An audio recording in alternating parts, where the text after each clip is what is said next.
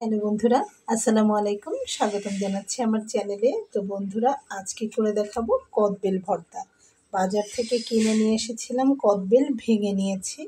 3টা কদবেল কিনেছি, যদিও এতটা আমি মাখাবো না, কারণ আমার বাসায় খাওয়ার মানুষ নেই, আমি আর আমার ছেলে দুজনে মিলে আর কতটা খাওয়া যাবে। তো যতটুকুই মাখাবো ততটুকুই রেসিপি শেয়ার করবো আজকে। তো তোমরা তোমাদের যতটা প্রয়োজন ততটা মাখিয়ে নিতে পারবা। তো যেভাবে ভেঙেছি এর ভেতরে যেমন ছিল তেমনই দেখাচ্ছি। তো বন্ধুরা চলো, প্রথমে কদবেলগুলোকে আমি ছাড়িয়ে নিই। তো বন্ধুরা, কদবেলগুলোকে প্রথমে একটা চামচ দিয়ে তুলে নিচ্ছি এভাবে।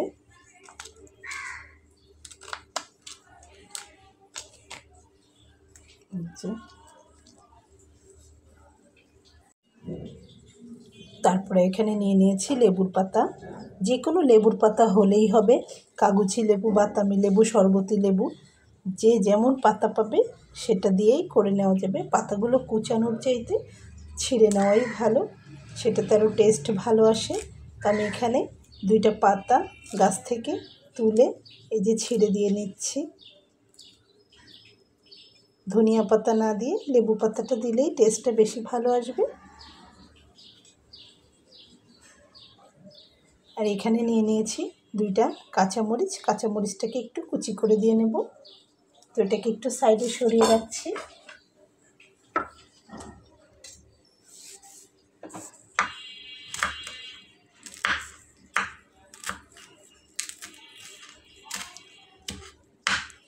তো বন্ধুরা, যে যতটা ঝাল খেতে পছন্দ করে সে ততটাই ঝাল দিয়ে নেবে। আমি এখানে 2টা কাঁচামরিচ দিচ্ছি, সঙ্গে আমি আরও শুকনো মরিচও দিয়ে নেব।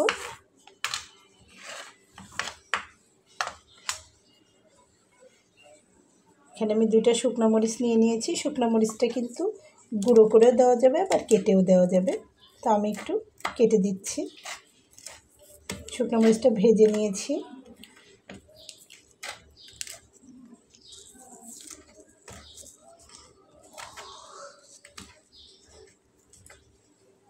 তো বেলের পরিমাণটার উপর নির্ভর করছে আপনারা কতটা দিবেন। আমি যে তুলে নিলাম। এরপরে এখানে নিয়ে নিচ্ছি 1 ফালি লেবু। লেবুটা আমি এখানে বসিয়ে দিলাম। আর বন্ধুরা, এখানে নিয়ে নিচ্ছি গুড়। চিনির চাইতে গুড় দিলে কিন্তু স্বাদটা একটু বেশি ভালো আসবে। গুড়টাকে এভাবে একটু কুচি কুচি করে নিয়ে নিচ্ছি। আমি এখানে খেজুরের গুড় নিয়েছি, যে কোনো গুড়ই নেওয়া যাবে। এই যে গুড়টা তুলে নিচ্ছি।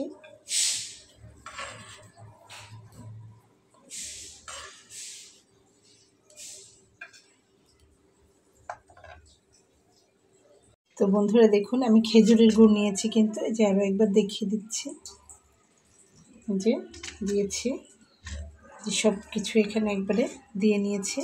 এখন আমি দিয়ে নেব স্বাদ অনুযায়ী লবণ। তো আমি এখানে 2 রকমের লবণ ব্যবহার করব। যে প্রথমে আমি দিয়ে নিচ্ছি নর্মাল লবণ, এবার আমি দিয়ে নেব খানিকটা বিট লবণ। এই যে বন্ধুরা, নিয়ে নিলাম খানিকটা বিট লবণ। তো আমার বিট লবণটা শুধু নর্মাল লবণ, এখানে ঝালটাল কিছু দিয়ে বেটে নেওয়া নেই, যার জন্য লবণের কালারটা এরকম। এখন সবগুলো উপকরণ, বিশেষ করে পাতা আর মরিচ আর লবণ একসঙ্গে চটকে নিতে হবে।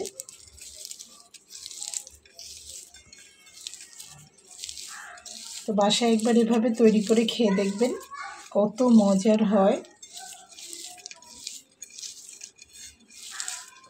বেশ একটু ঠেসে ঠেসে ভালো করে মাখিয়ে নিতে হবে। এবার গুড়গুলোকে দিয়ে নেব।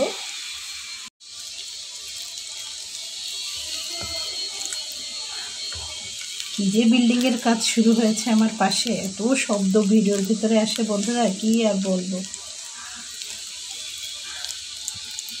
তো সুন্দরভাবে হাত দিয়ে আমি এভাবে মাখিয়ে নিচ্ছি। তো আপনারা চাইলে কিন্তু শিলপাটায় বেটে নিতে পারেন। অনেকেই যে বেলের যে দানাগুলো থাকে, দানাগুলো বেটে নেয়, সেটা যার যার ইচ্ছা। তবে বেটে না নিয়ে এভাবে মাখিয়ে নিলে অনেক বেশি মজার হয়। তারপরে রয়েছে আমার এখানে লেবুর রসটা চেপে দিয়ে নেব।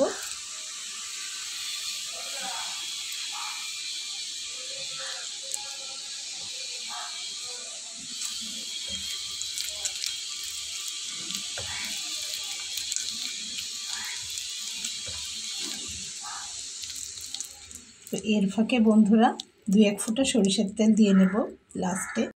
এখন আমি এখানে একটু সরিষার তেল ফেলে দিচ্ছি, তারপরে খুব ভালো করে মাখিয়ে নেব। আবার চেখে দেখেছি লবণটা একটু কম হয়েছে, তাই আরও খানিকটা লবণ দিয়ে নিচ্ছি।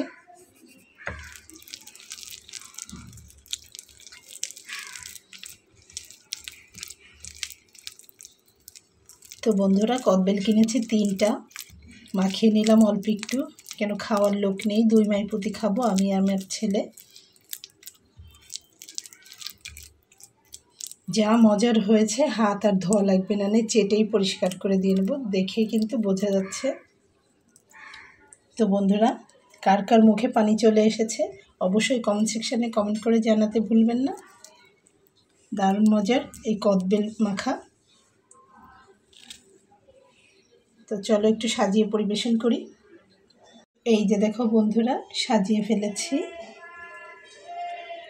এখানে আমি ঝাল আর লেবুর পাতা দিয়ে সাজিয়ে নিয়েছি, যা মজা হয়েছে, মুখে দিলেই মিলিয়ে যাবে একদম। ছেলে খেয়ে বলছে মা কি বানিয়েছো, দারুণ মজার হয়েছে। তো বন্ধুরা আশা করছি রেসিপিটি ভালো লেগেছে। রেসিপিটি যদি ভালো লেগে থাকে তো আমার এই ছোট্ট চ্যানেলটিকে সাবস্ক্রাইব করে সঙ্গে থেকে যাও। দেখা হবে পরবর্তীতে নতুন কোনো রেসিপি নিয়ে। সেই পর্যন্ত ভালো থেকে আল্লাহ হাফেজ।